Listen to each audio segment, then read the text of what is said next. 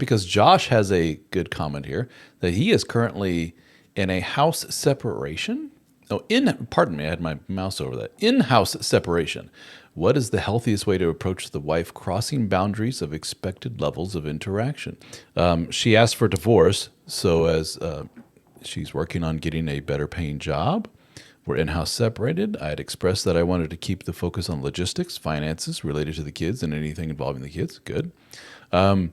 She wants to continue to try and have a good friendship, which I have said no to. I am totally on board with being polite and cordial to each other, but the hugs and chatting about, so it's what I thought. So the hugs and chatting about our day is not something I'm bored with. Yeah, so less nefarious version of what, where this could have gone. She's trying to be over the top friendly and tell you about her day and blah, blah, blah, blah. And I think there is something to the response or the theme of, hey, best of luck to you. I get it, but you dumped me. You asked for a divorce.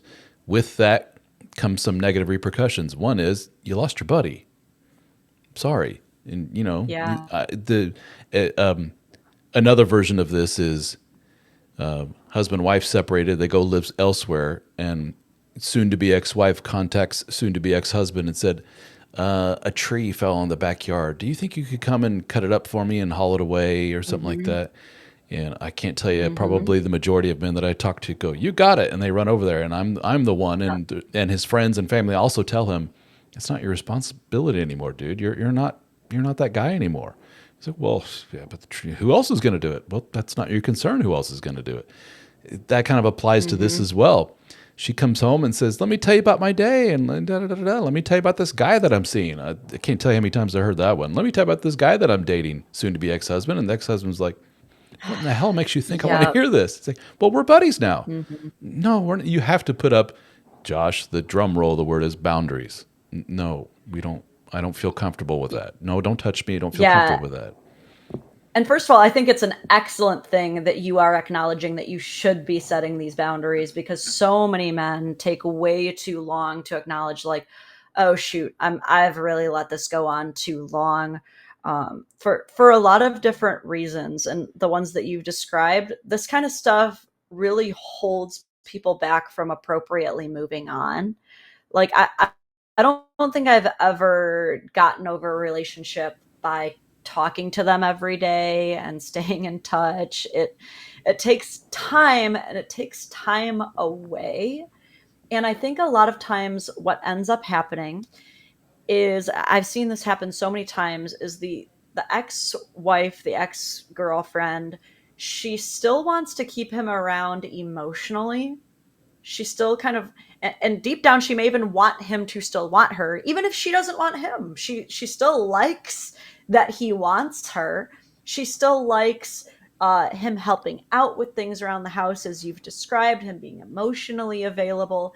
And so what I found, being a stepmom who's friends with a lot of other stepmoms and women who have dated, single fathers with these exes, is they'll try to almost like keep the husband while divorcing the husband.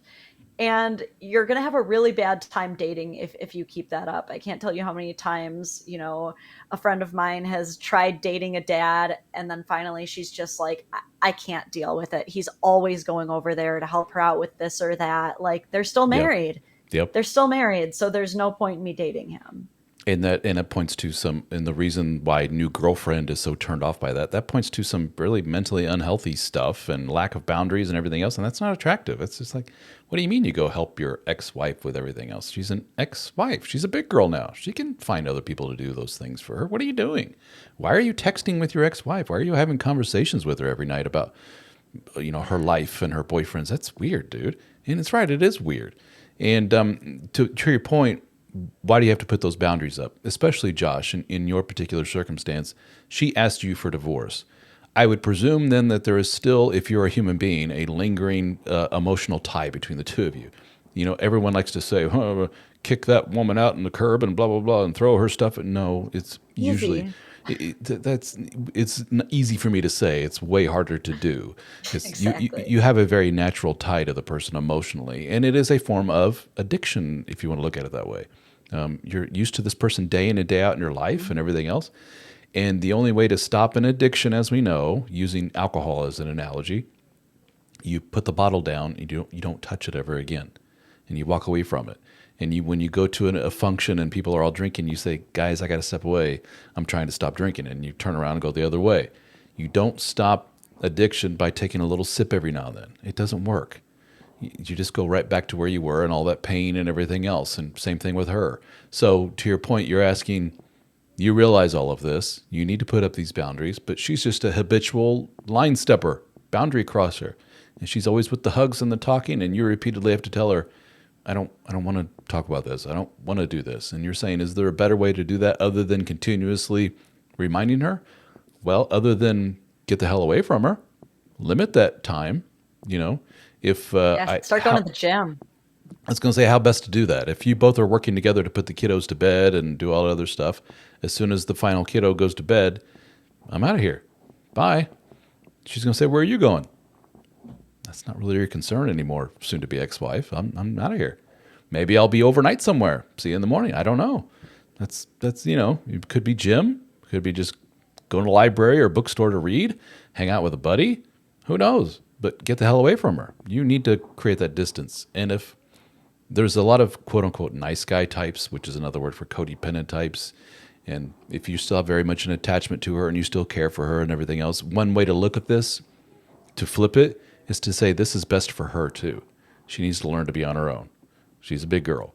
And Yeah. the more you're hanging on and doing stuff and being that emotional outlet for her and stuff, she can't grow elsewhere. So you need to say, this is for you and for me. Sorry, you wanted a divorce. Welcome to the real world. And it's not vindictive. It's not mean. It's not poking at her. It's just saying, it is what it is. Eventually, you're going to go on your own, and I am too. So let's start practicing now. Beyond that, there's no magic formula here. She's not going to be the first woman in the world to hear the words, "Hey, I'm trying to get over you, so maybe give me some space." You You know. can be kind about it and loving about it. I understand you want to talk to me about fill in the blank, and I understand you like to hug every now and then and stuff, but it ain't good for me. Sorry, and it ain't good for us, future divorced couple. It doesn't. It doesn't I jive with gotta that world. imagine probably a little confusing for the kids, but I guess that's a whole That that too. different Yes. dynamics for each thing, depending on how you're living together. I don't know if they've even Yeah, told the kids or if you guys are pretending it's all cool. and you pointed out a big thing where a lot of the women in these scenarios they like the guy that they can emote to and lean on emotionally and everything else. They don't want to give that up. And since they don't want to give that up, they will shame is one tactic to keep that around. And one method of shaming is, don't you want our kids to see that mom and dad still get along? Don't you want them to Mhm. grow up in a healthy environment that couples can still, even though they're breaking up, still be friendly with each other? And yeah, but there's a limit. My limit is this. You have to respect that, whatever that limit may be. And it sounds like, and it says that you, Josh, you say for sure there's still a tie between the two of you emotionally, and you're trying to work through the detachment and accepting the healing through the change. So yeah, the only way through that is to limit contact with her as much as humanly possible. And that means any form of contact, phone calls, text messages, definitely hugs, definitely sit down chat and gossip sessions. Those are just keeping you inextricably tied together. And that's not a good thing, not a healthy thing.